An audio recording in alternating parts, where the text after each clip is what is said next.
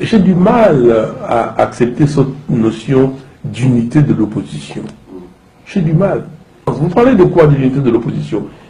L'unité de l'opposition n'existe pas s'il n'y a pas l'unité, s'il n'y a pas la volonté du peuple. Si vous pouvez être dans l'unité de l'opposition, mais si vous ne suivez pas ce que le peuple dit, ça c'est du pipeau.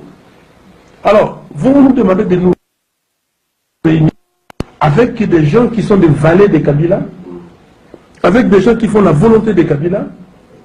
Écoutez, souvent je change de ton, excusez-moi, je change même des physionomies quand on me parle de cette question parce que je n'accepte pas la trahison. Je n'accepte pas des aventuriers. Je n'accepte pas des gens qui profitent des fois du peuple pour faire n'importe quoi. Quand le président Tshisekedi nous a appelé en juin 2016 d'aller à Bruxelles, à Genval, pour créer les rassemblements, où étaient-ils ces gens-là qui veulent faire l'unité de l'opposition aujourd'hui? C'est quoi l'unité de l'opposition? Mais quand nous avons demandé la marche, tout le monde peut venir. On ne demande pas si vous êtes opposant, vous venez. Quand les jeunes gens des mouvements citoyens ont mis en place le manifeste des citoyens, ont demandé à tout Congolais d'y adhérer, ce n'est pas l'unité? Ça, c'est l'unité du pays. Les mouvements citoyens, le manifeste dit que Kabila doit partir.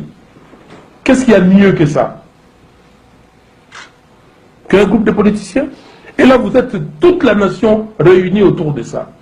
Bon, maintenant, vous demandez l'unité de l'opposition, pourquoi? Pour aller demain asséner un coup de massue. J'ai beaucoup de choses à faire. Ce sont ces gens-là qui ont torpillé le peuple lors du dialogue. Parce que dans les dialogues, il y a des, comment dire, des statements, des phrases qui sont dans l'accord, qui aujourd'hui prêtent à confusion, il y a beaucoup d'ambiguïté. Mais ce sont ces gens-là qui ont mis ces phrases-là. On peut en parler. Et maintenant, il ressort des gens qui font des réunions secrètes avec les gens de M. Kabila. On les connaît. Non, si vous voulez que j'en dise beaucoup, j'en parlerai. Mais, s'il vous plaît, et j'ai dit à ces gens-là, ils vont me suivre, d'arrêter leurs bêtises, d'arrêter leurs aventures, et de ne pas prendre le peuple congolais pour de moins que rien, pour des naïfs. Parce qu'on connaît, on sait ce qu'ils valent, ce qu'ils sont et ce qu'ils veulent. Parce qu'ils savent bien que sans Kabila, eux, ils ne sont pas là. Ils ne seront pas là. Donc nous ne pouvons pas accepter. Et je ne peux pas, moi, Fayoulou, laisser mon peuple, laisser les gens dans, comment dire, être bernés par des aventuriers. Et je pèse bien mes mots, par des aventuriers.